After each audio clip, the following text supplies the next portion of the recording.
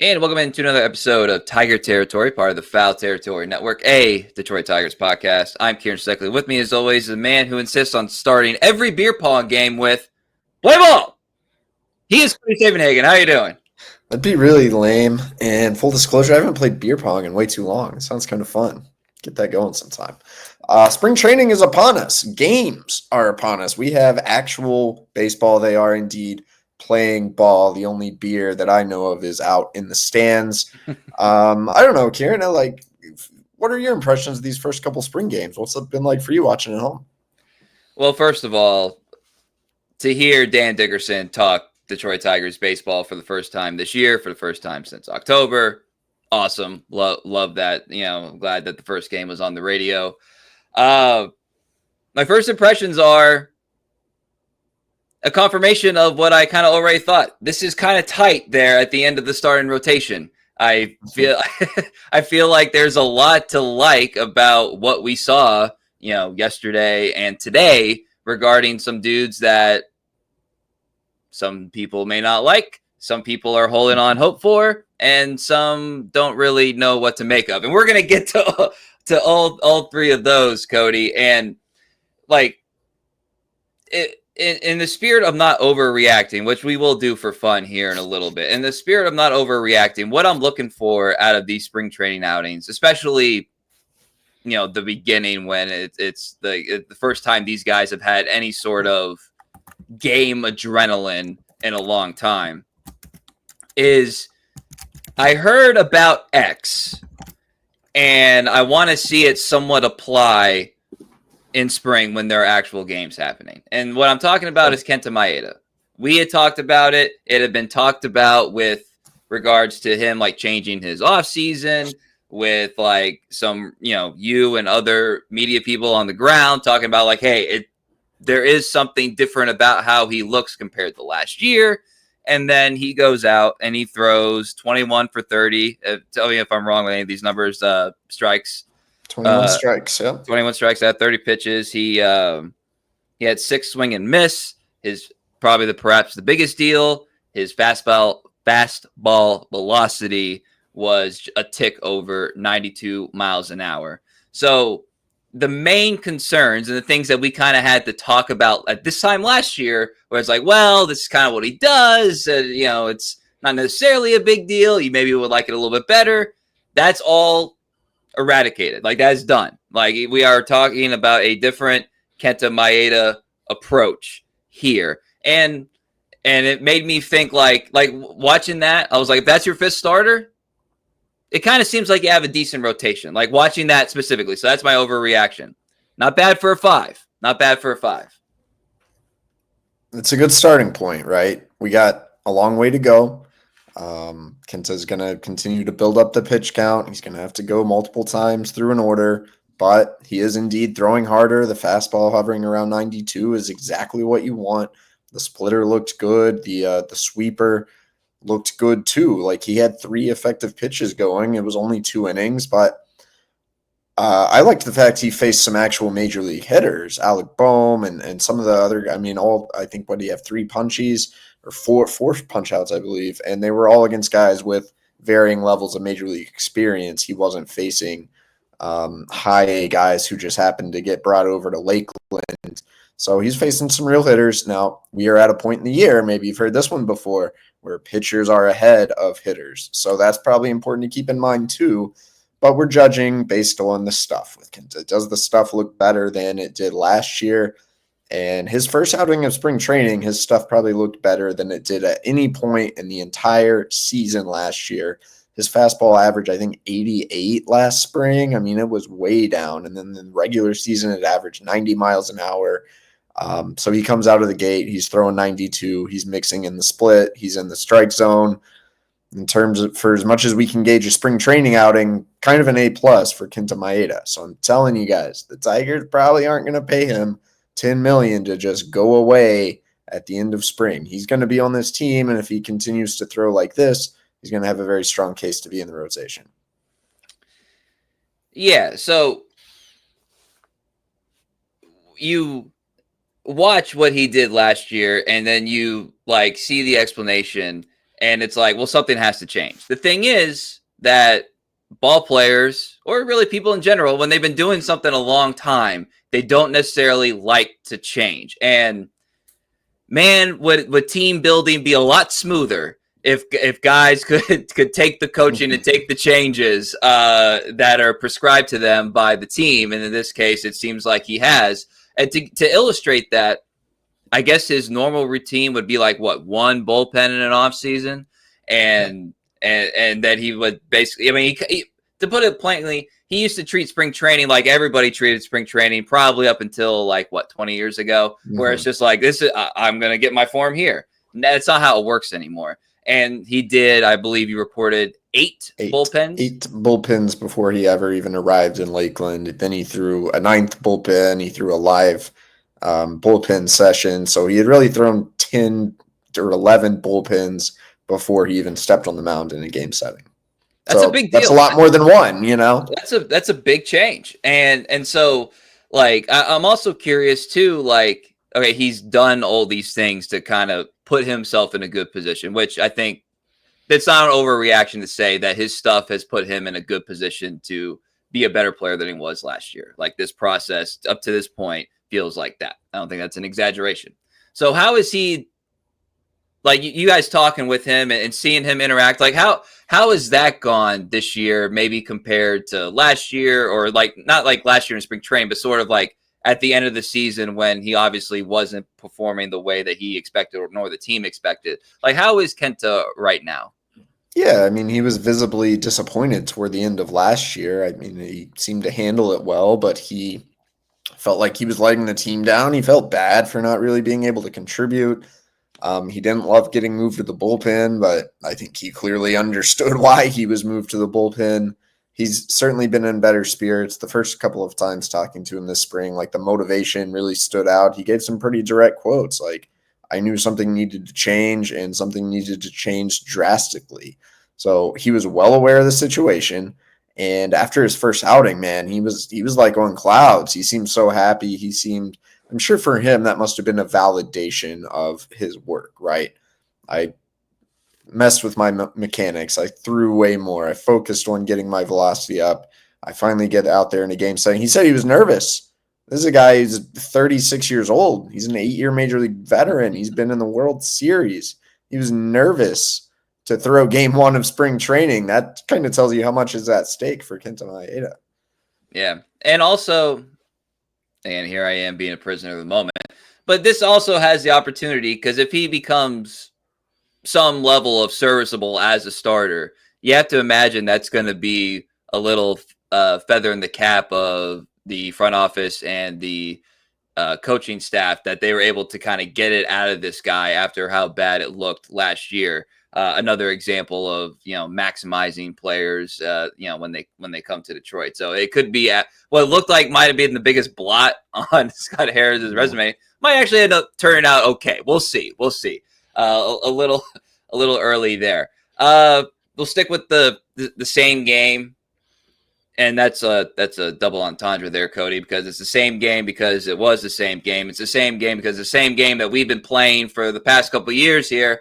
What do we make of Matt Manning? Matt did not have as good a strike throwing day. He was 25 of 47 on strikes. He did have, this becomes like a theme. I almost feel like bad saying it. He did have higher velocity on his fastball than, previous spring, 95.5 top out or average. I can't remember what I wrote down. We had 4 walks and 2 Ks. He had to do that thing where you come out of the game and then you go back. But he seems like a very confident guy, reading some of the stuff that he was saying afterwards. So here we go. First time of 2025, Cody. What do we make of Matt Manning? Well, it wasn't a good outing. That's pretty clear. 4 walks, several hits. Couldn't finish his first inning. Like, not what you want to see.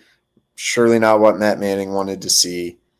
The stuff was good, sure. I mean, the curveball had some life to it. The fastball had life, so I guess that's better than the alternative. But I was kind of prepared to come on here and be like, is Matt Manning like interested in winning a spot? Because haven't necessarily seen that fire out of him this spring. But then talking to Matt Sunday morning, I came away with a very different perspective of like,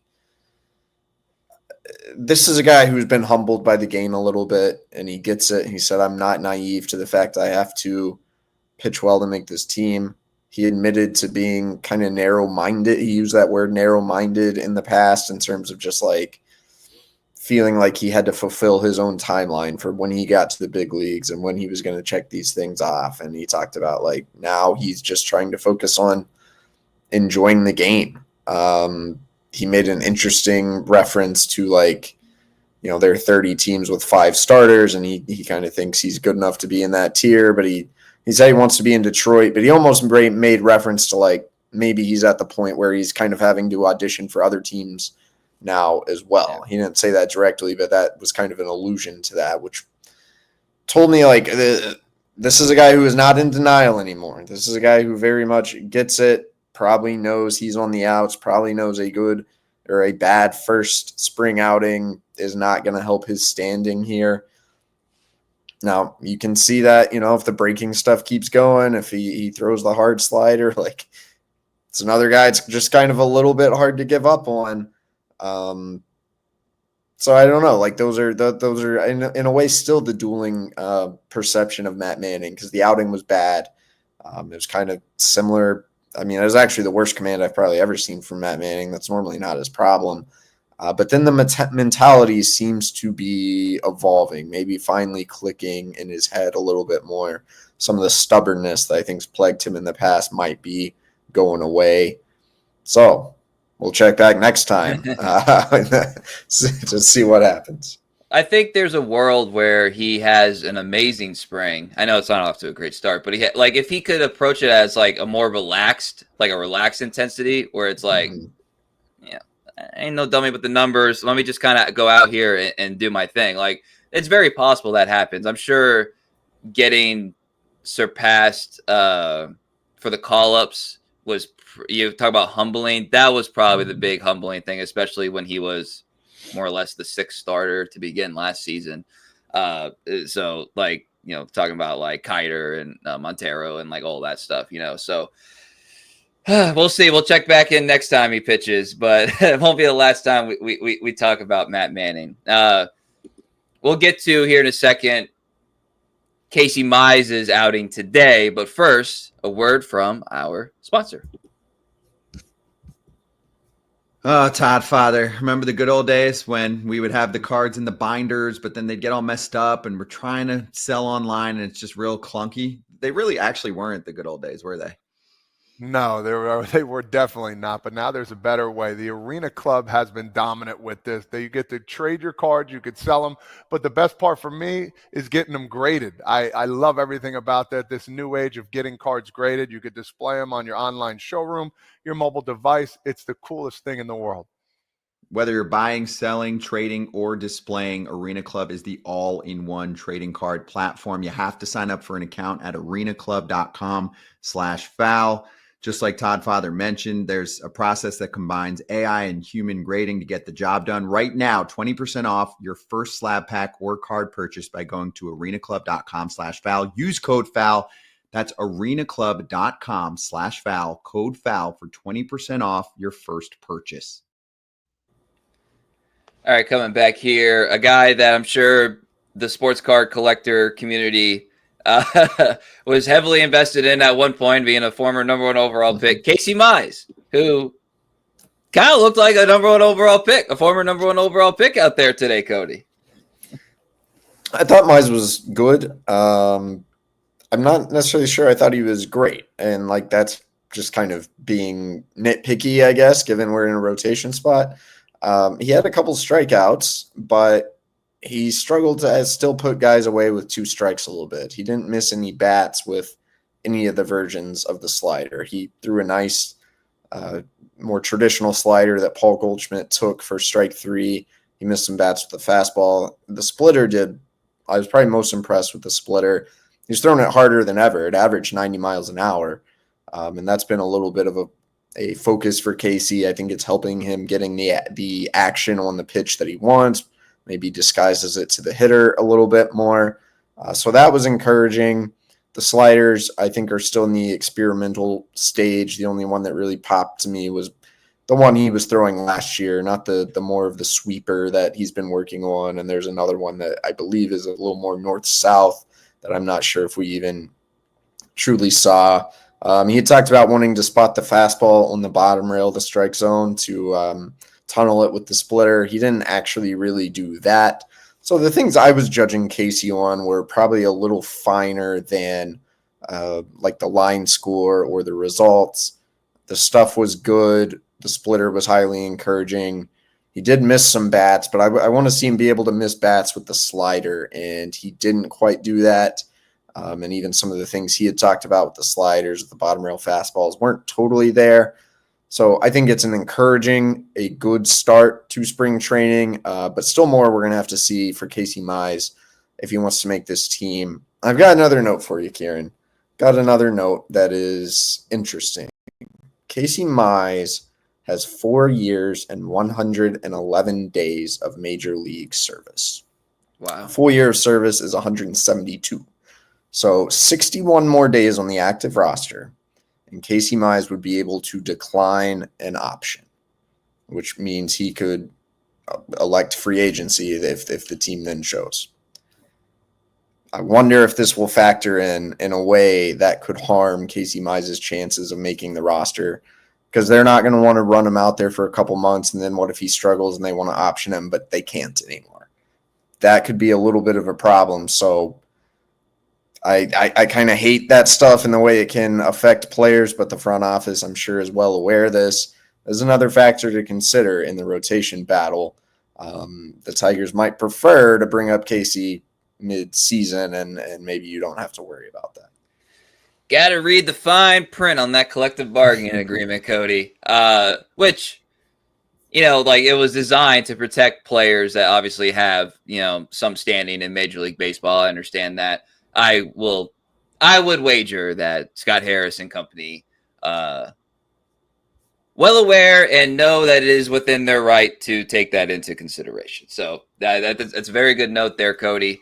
I did love that. I don't know if Dylan Dingler and Casey Mize are like boys or anything, but at least on one of the 3 strikeouts that Casey Mize had, there was like dirt in Dingler's glove. So like the cloud of dirt just, right afterward. It looks really cool. So if he was trying to help Casey Mize out by I think it was when he had the 97 mile an hour sink. I could be wrong, but one of those strikeouts, it was like bam, and there's like clouded dirt. So it made it look really cool. It made me think, hey, that guy should be on the roster. He's throwing so hard that dirt's flying everywhere, But the thing that stood out to me, Cody, with Casey was like, it did seem like he believed in every pitch that he was throwing.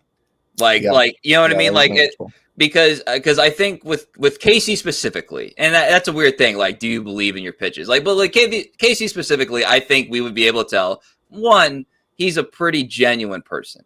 2, we've seen him close to 5 years now.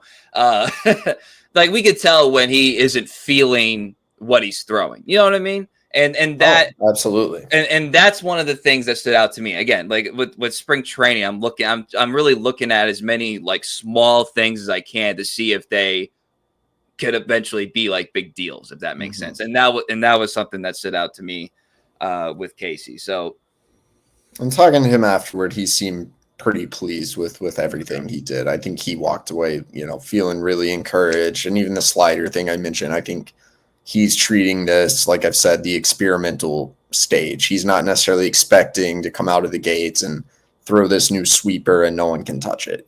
He realizes there's going to be some fine tuning going on. Yeah, and I'm looking forward to see how that plays out for him too. Speaking of fine tuning, let's go here for a second, Cody.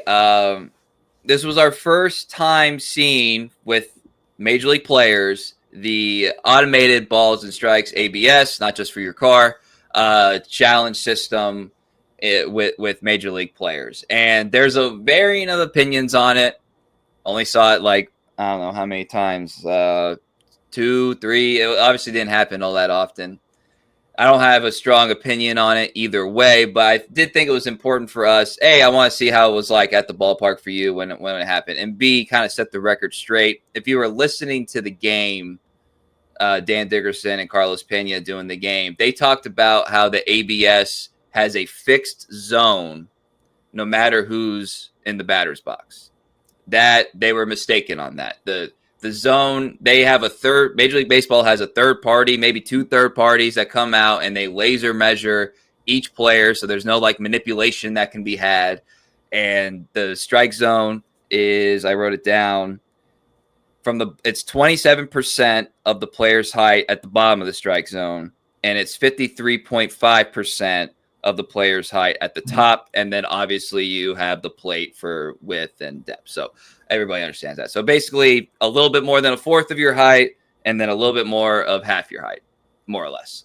And so like, it's not Aaron Judge and Jose Altuve don't have the same strike zone. Right. Is basically the point of that. So I just wanted to set the record straight on that. But seeing it, experiencing it, what did you kind of think of it process wise, all that stuff?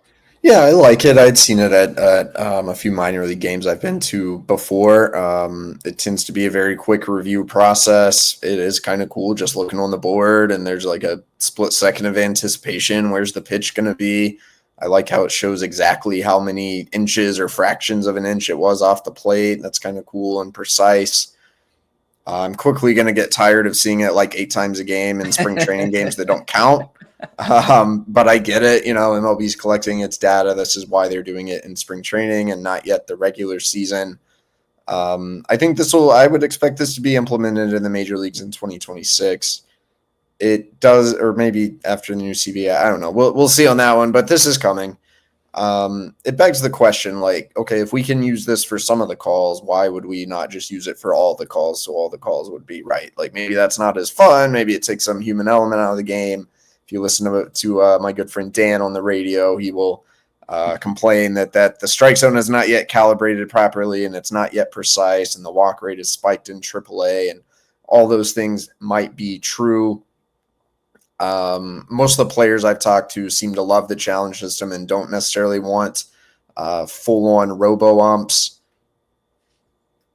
If I had to say, like, that's my take. If this technology is good enough that we use it some of the time, why not just use it all the time?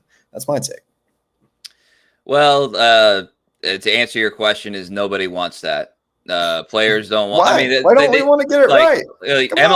MLB did surveys on this, and like players don't want it, umpires don't want it, fans don't want it. Like nobody wants it that way. So that's a collective you're fighting against. Your reasoning is fine, but so anyone thinks like why not do it? They literally found out that was the least popular option to implement this. I think it's actually going to make some umpires look better. If people are worried about the integrity of the home plate umpire, anytime it's going to be like a fraction of an inch, you'd be like, all right, well, if he missed that call, can't be that bad of a guy behind the plate. You know what I mean? Like a lot of these are going to be close. And also like the concern just in general about, walk rate spiking. I'm not sure Major League Baseball is going to look at that as a bad thing because, yes, walks are aesthetically not that pleasing, but you're going to get more guys on base. There, in theory, could be more action, that way, possibly more runs. I think walks weren't boring and what makes game time increase. That would make sense, but you're still going to get, still guys on base. It's still like adds to the run probability, right? So I don't think they're going to hate it I think that actually could be a net positive in Major League Baseball's eyes. Just throwing that out there. Just a short little theory. Sticking with the pitching thing, pitchers are ahead of hitters, as you said earlier. Well, we're really only talking about pitchers right now. And we got kind of like our first, like kind of real glimpse. And you wrote about one of these guys earlier in the week, Cody, but Tyler Owens, Chase Lee, two Texas guys gone Motown, got to see and kind of hear, like, I guess their uniqueness. They both are kind of unique in their own way. And it's actually pretty easy to see why Sky Harris and company would have targeted these guys at the trade deadline for the Chafin and Kelly deals. But they both bring a pretty unique skill set that I think will play out this year, or be a part of the arsenal in Toledo. Is Scott Harris good at trades? He seems to know what there was until very recently a thing that like, oh, he can't trade for anybody. Yeah, that first trade with the Phillies, 2 of the guys didn't work out, but Matt Vierling has worked out pretty well. Hao-Yu Lee is the talk of spring training. 2 more guys who have raised some eyebrows this spring. Tyler Owens was acquired for Carson Kelly. Chase Lee was acquired for Andrew Chafin. There was another pitcher, Joseph Montalvo, who was in those deals with the Rangers, who at the time was viewed as more highly touted than any of them. He's younger, could be a starter, but it looks like the Tigers got at the very least 2 interesting relief arms for a couple months of these guys who ended up not helping the Rangers get to the playoffs.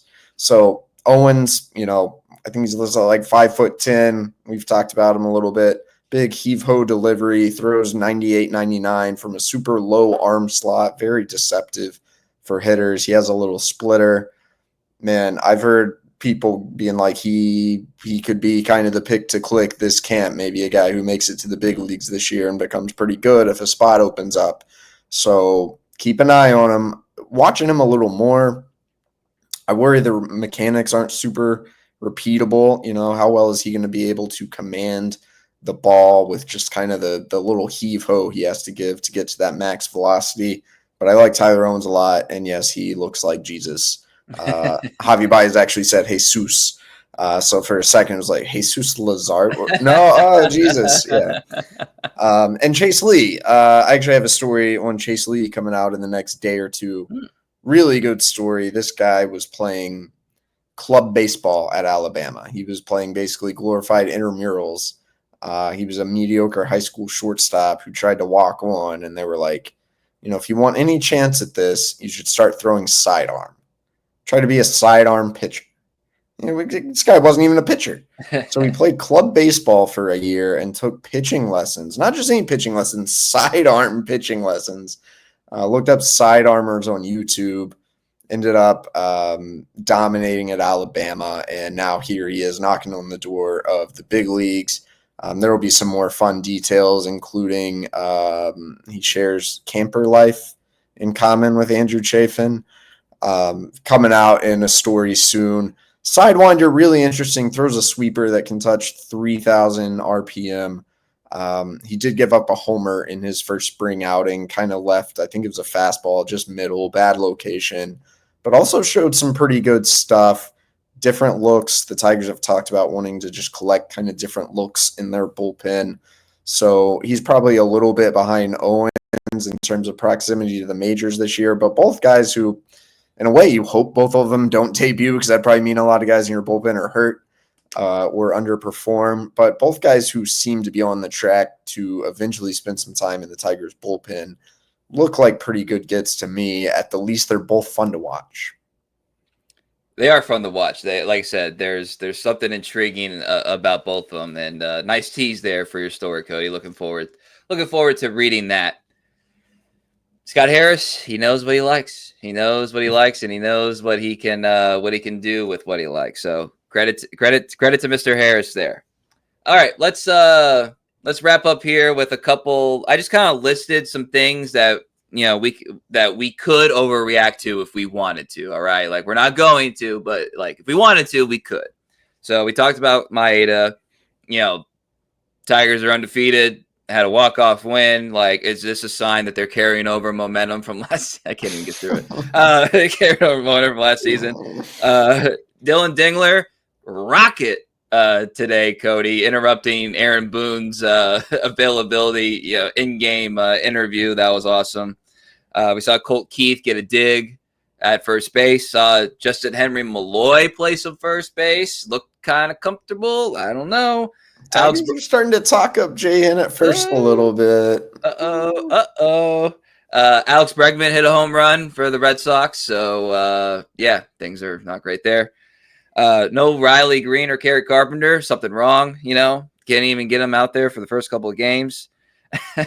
But in seriousness, it was nice to see Jace Young hit a couple lace doubles there. That was fun. Who needs Alex Bregman? You have Jace Young hitting doubles in spring training and not exactly putting on a clinic on the base paths, but technically legged out the hustle doubles in a way.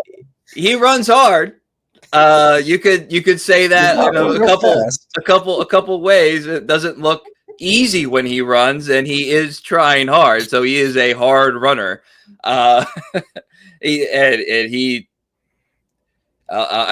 respect the hustle, literally and figuratively. First spring training out, and he's going out there. So, do you have a favorite moment that that you would like to bring up or say, like, if we did it, we would overreact to this? Do you have a favorite moment from the weekend?